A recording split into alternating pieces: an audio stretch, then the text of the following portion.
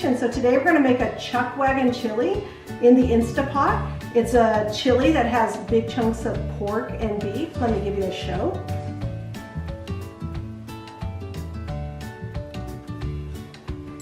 It's very hearty. There's also some bacon, onions, a lot of spices.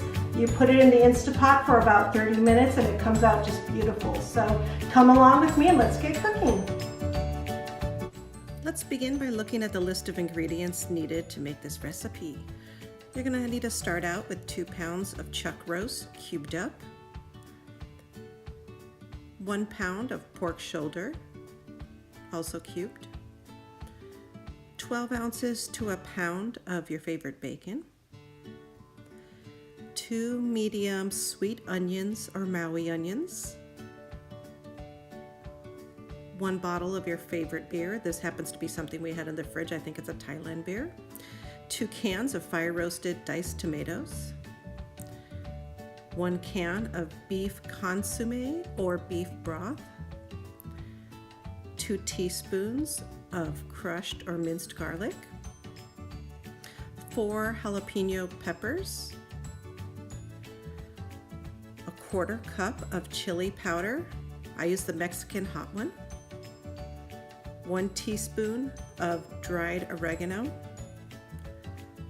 1 teaspoon of cumin, 1 teaspoon of coriander, and cayenne pepper is optional. I like it, so we put in a 1/2 teaspoon, some salt and pepper to taste, and some tomato paste for extra flavor. Let's get started. First, you're going to take your 2 onions, peel them, and dice them up.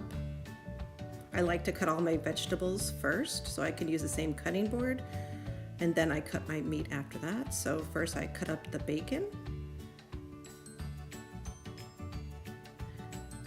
I'm cutting up the beef into bite-sized cubes.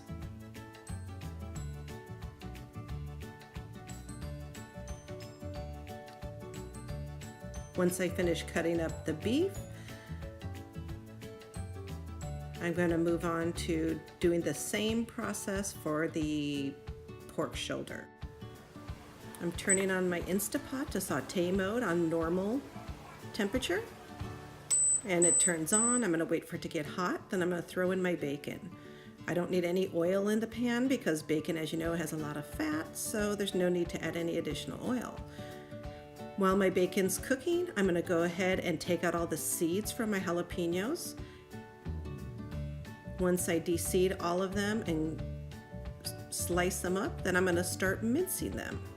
You don't want the pieces too big, you just want it to give it the heat and flavor without having a large bite of jalapeno in your chili. Once I'm done mincing it, I'm going to go back to my Instapot and check how my bacon's doing. My bacon's doing good. You can see it's starting to brown up a little bit. It's not crunchy, but it's cooked, so now it's time to add in the onions. After the onions are cooked, I'm taking everything out of the pan. Now I'm adding a little bit of oil before I cook the meat. And you want to brown the meat. Browning the meat in the Instapot seems to bring out the most flavor. So I do this in batches because you want to just have a full layer at the bottom of the pan that browns evenly, and I keep adding a little additional oil as necessary. So I'm cooking my beef first. Once I'm done with cooking all my beef, I'm going to go ahead and take that out and move on to my pork and just repeat the process. You can put a little salt and pepper in at this time. As you can see at the bottom of my pan, I put in all my spices. I put in my jalapenos, my cumin, my chili powder, my oregano, my coriander, and then I added in my tomatoes, and it's making a thick tomatoey paste with all those wonderful flavors. I add my second can of tomatoes in, and I forgot to mention I also did add in my cayenne pepper. Now I'm going to add in all my meat and onion mixture, and as you can see, I'm getting just about to the fill line on my Instapot. I add in the majority of the bottle of beer. I did save a little bit for some final flavor at the end of the cooking process, and I added in my 2 teaspoons of minced garlic. Now I just give it a good stir, make sure everything's coated and mixed well. I put on my lid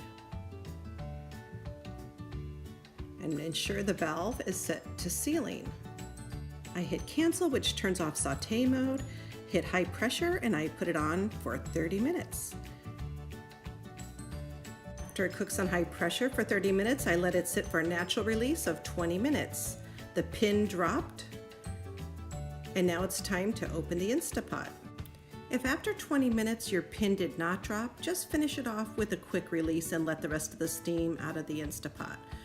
Give it a good mix. Now I'm going to hit cancel and put on saute mode. I'm going to finish up the little bit of beer that was left to add it into the chili. I'm adding in a little bit of salt. I'm adding the beer at the end because I just want a little bit more flavor rather than just the flavor that was added at the beginning that sort of cooked out. I just wanted to have a little dab. So now I'm going to add some tomato paste to make it a little bit more richer. So I'm adding about 3 tablespoons. I'm going to mix it well, wait for it to incorporate, and I'm actually going to simmer it a little and let some of the liquid evaporate. It's a little bit too watery for me, so you give it a taste test, adjust any spices as necessary, and you're all done. There you have it, Instapot Chuck Wagon Chili. If you enjoyed this recipe, please give my video a thumbs up and appreciate the comment down below. If you would like to see more of my videos, please subscribe and turn on your notification bell to be informed when my next video is available. Thank you for watching and see you next time. Bye-bye.